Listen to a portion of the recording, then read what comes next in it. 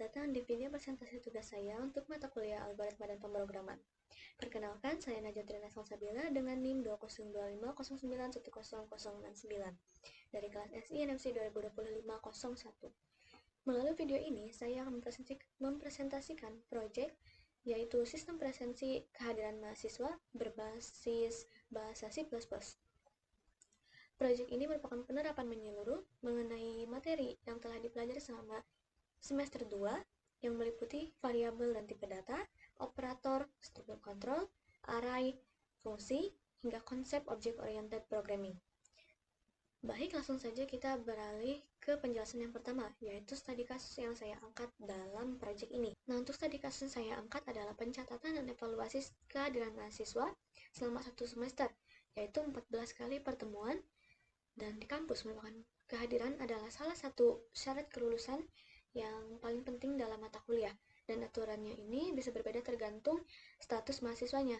Nah, dalam program ini saya membagi status mahasiswa menjadi 2 kategori. Yang pertama itu ada mahasiswa reguler dengan syarat presensi standar dengan alpha maksimal di 3 kali pertemuan dan kehadiran maksimal 75%. Nah, sedangkan yang kedua, kategori kedua yaitu mahasiswa beasiswa dengan syarat presensi yaitu alpha maksimal 1 kali dengan kehadiran minimal 90%. Nah, secara garis besar, alur dari program ini adalah sebagai berikut. Yang pertama itu kita akan diminta untuk menginput data mahasiswa. Nah, di mana program akan meminta jumlah maksimal mahasiswa yang akan diinput ke dalam sistem. Nah, untuk setiap mahasiswa tersebut akan diminta NIM, nama, serta kategori. Contohnya sebagai berikut. Nah, kita masukkan jumlah maksimal mahasiswa yang akan didata. Semisal kita akan masukkan 2 mahasiswa. Nah, kemudian setelah itu kita pilih pilihan yang pertama, yaitu tambah data mahasiswa. Nah, setelah itu kita dapat memasukkan NIM, nama, serta kategorinya. Semisal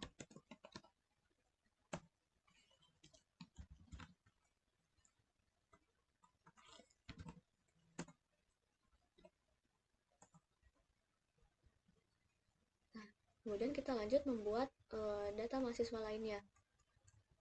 Kembali lagi ke pilihan pertama. Kemudian kita masukkan NIM-nya, NIM yang berbeda, nama. Setelah itu kita pilih kategori yang berbeda. Semisal kita pakai yang beasiswa. Nah, sudah selesai. Selanjutnya, setelah itu kita akan diminta untuk menginput presensi mahasiswa. Nah, untuk setiap mahasiswa, program akan melakukan perulangan sebanyak 14 kali sesuai dengan jumlah pertemuan mahasiswa tersebut di 1 semesternya. Nah, di setiap pertemuan ini sistem akan membaca status kehadiran lalu menggunakan struktur seleksi if-else untuk mengelompokkan ke salah satu dari 4 kategori tersebut. Misal hadir, izin, sakit, ataupun alpha. Nah, jika input tidak valid, maka data pertemuan akan otomatis dianggap alpha. Contohnya seperti ini. Kita pilih pilihan yang kedua, yaitu input atau update presensi mahasiswa.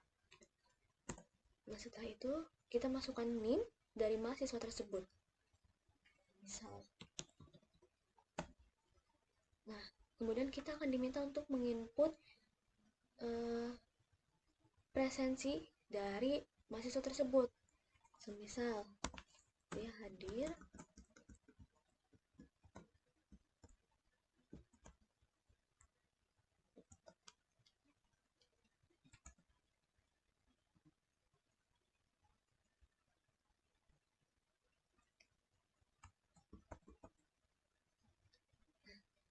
kita masukkan juga data untuk mahasiswa yang lainnya dengan pilih pilihan yang sama, yaitu pilih pilihan yang kedua.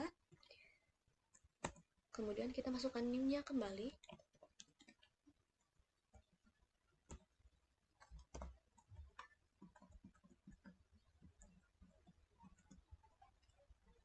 Semisal dia juga memiliki alpha yang sama, yaitu 2, selebihnya hadir. Presensi akan berhasil disimpan. Nah, untuk selanjutnya sistem akan mengevaluasi status, di mana setelah 14 kali pertemuan selesai di input, kemudian program akan menghitung persentase kehadiran menggunakan operator pembagian dan perkalian. Status kelulusan presensi dievaluasi dengan aturan yang berbeda tergantung dengan kategorinya. Nah, contohnya seperti ini. Kita pilih pilihan yang ketiga. Nah, kenapa si Caca lulus tapi si Jana tidak lulus? Nah, karena meskipun mereka sama memiliki dua alfa, tapi mereka di berbeda kategori. Caca di kategori yang pertama yaitu mahasiswa reguler dengan jumlah maksimal alfa yaitu di 3 kali. Karena dia hanya 2 kali pertemuan yang alfa, jadi dia masih bisa lulus. Sedangkan Jena kenapa tidak lulus? Karena dia alfa lebih dari 1 kali. Nah, sedangkan dia mahasiswa beasiswa dengan jumlah maksimal hadir di 90 jumlah minimal hadir di 90%. Selanjutnya, ketika user memilih menu urutkan atau menu yang keempat, maka program akan membandingkan persentase kehadiran antar mahasiswa satu per satu. Nah, setiap kali ditemukan nilai yang lebih besar, maka program mencatat posisinya, lalu menukar posisi setelah satu putaran selesai. Dan kemudian diulang untuk semua data hingga seluruh array terurut dari yang tertinggi hingga ke terendah. Contohnya seperti ini. Kita pilih pilihan yang keempat. Nah, maka akan keluar karena mereka memiliki nilai persentase yang sama, yaitu selanjutnya ketika user mencari mahasiswa berdasarkan NIM atau memilih pilihan yang kelima, maka program akan memeriksa data satu persatu dari awal array, dan kemudian pencarian akan berhenti ketika NIM yang dicari telah ditemukan atau berakhir jika seluruh data sudah diperiksa dan tidak ditemukan. Nah, contohnya kita akan mencari NIM si Caca. Nah, maka sistem akan menampilkan hasil pencarian NIM yang telah dicari seperti berikut ini.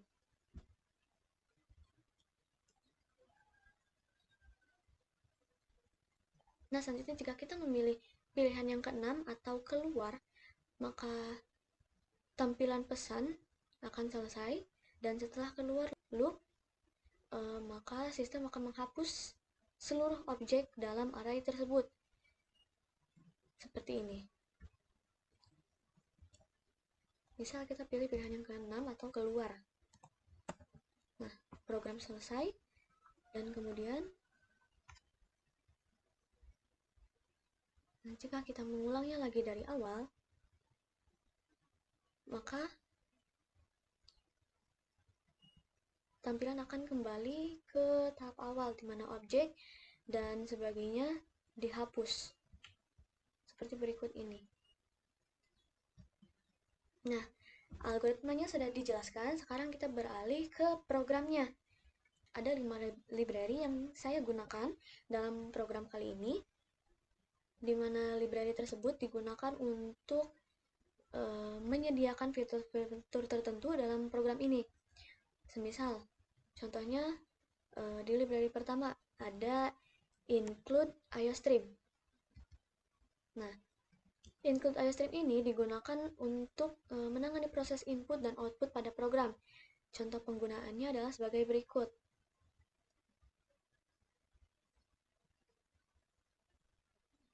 Nah, ini merupakan salah satu penggunaan dari include IOStream, di mana code digunakan untuk menampilkan teks dalam layar, sedangkan scene di sini digunakan untuk menerima input dari pengguna tersebut.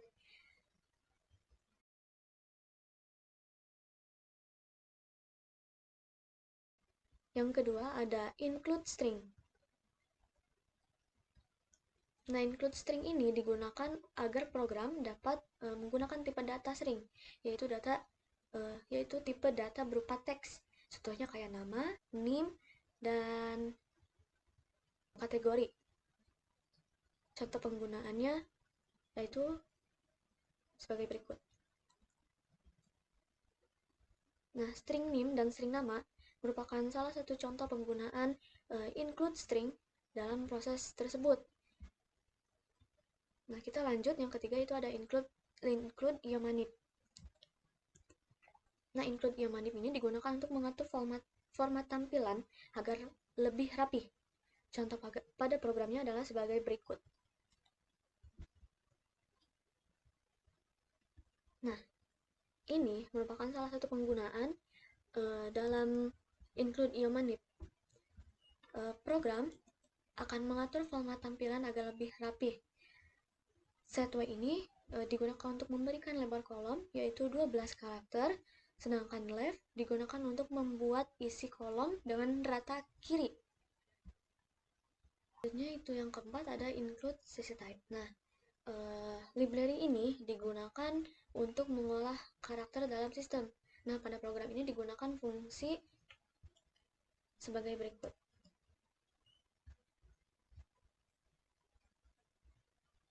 Nah, ini merupakan salah satu contoh penggunaan include CC-type dalam program tersebut, di mana ini digunakan untuk misal kita masukkan haknya hak kecil dalam penginputan data presensi. Nah, maka di sistem akan otomatis menjadi H besar. Begitu juga dengan misal kita masukkan I kecil, maka di sistem akan mengeluarkan I besar. Nah, seperti itu. Nah, yang terakhir itu ada include limits. Nah, include limits ini digunakan untuk memperoleh batas maksimum suatu tipe data. Nah, pada program ini digunakan pada bagian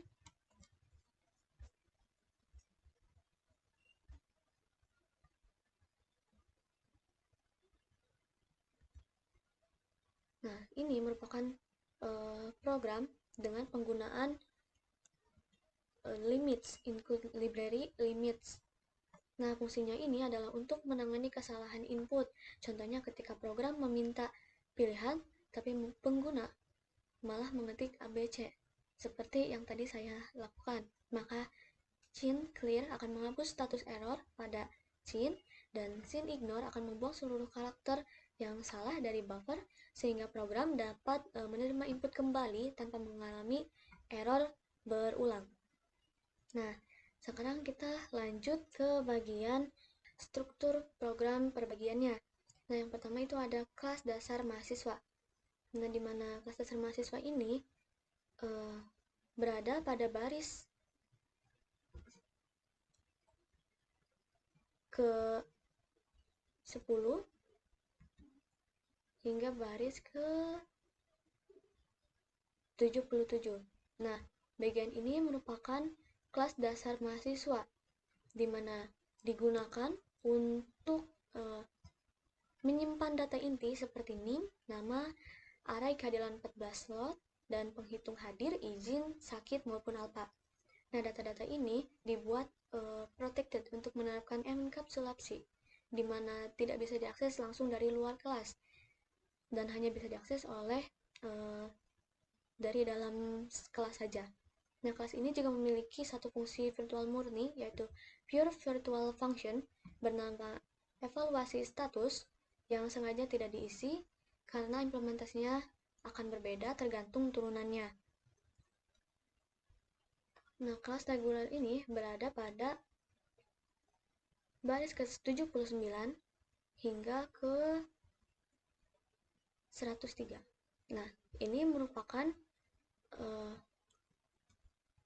kelas turunan mahasiswa reguler dan mahasiswa beasiswa yang mewarisi seluruh data fungsi dari mahasiswa, tetapi masing-masingnya mengoverride evaluasi status dengan aturan kelulusan presensinya masing-masing. Nah, struktur yang ketiga itu void, di mana struktur void ini digunakan di baris ke 105 hingga 182.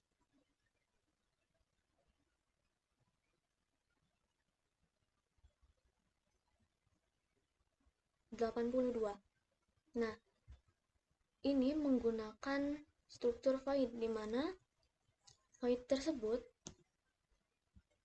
digunakan pada fungsi-fungsi yang hanya menjalankan proses seperti menerima input, menampilkan data, atau mengurutkan data tanpa mengembalikan nilai kepada pemanggil fungsi.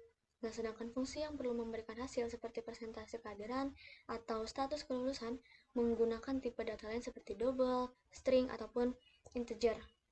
Nah, contoh penggunaan void-nya itu ada void selection sort by persentase. Nah, void ini digunakan untuk mengurutkan data mahasiswa berdasarkan persentase kehadiran dari yang tertinggi hingga ke terendah menggunakan algoritma selection sort. Nah, fungsi ini tidak menghasilkan nilai yang dikembalikan, tetapi langsung mengubah urutan data pada array. Nah, yang terakhir itu ada menu utama, di mana program memiliki menu interaktif dengan switch case yang menghubungkan semua fungsi di atas, yaitu tambahan data, input presensi, tampilkan rekap, urutkan, dan cari. Nah, menu utama ini ada di baris ke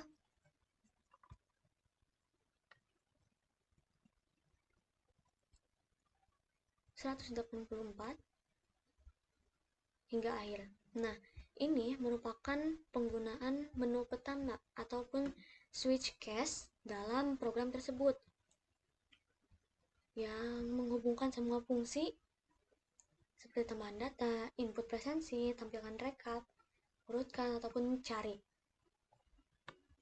Baik teman-teman sekalian, demikian presentasi project saya mengenai sistem presensi kehadiran mahasiswa. Saya juga sadar program ini belum sempurna, di mana angka batas presensi yang saya gunakan masih sebatas asumsi semata, dan datanya juga belum tersimpan di sistem permanen sehingga data dapat hilang setiap program ditutup. Nah, jadi ketika teman-teman ada yang ingin berminat untuk melanjutkan ataupun mengembangkan ide serupa seperti saya, ada beberapa bagian yang perlu dikembangkan lebih jauh kembali. Terima kasih teman-teman sudah menyimak hingga akhir. Semoga proyek ini bisa menjadi referensi atau inspirasi untuk tugas kalian juga. Terima kasih juga untuk teman-teman kelas SI NFC 2025-01 yang selalu terbuka untuk diskusi dan berbagi solusi setiap kali ada masalah di codingan. Tanpa dukungan kalian, mungkin proyek ini pasti akan terasa lebih berat untuk diselesaikan sendirian. Sampai jumpa di proyek berikutnya. Wassalamualaikum warahmatullahi wabarakatuh.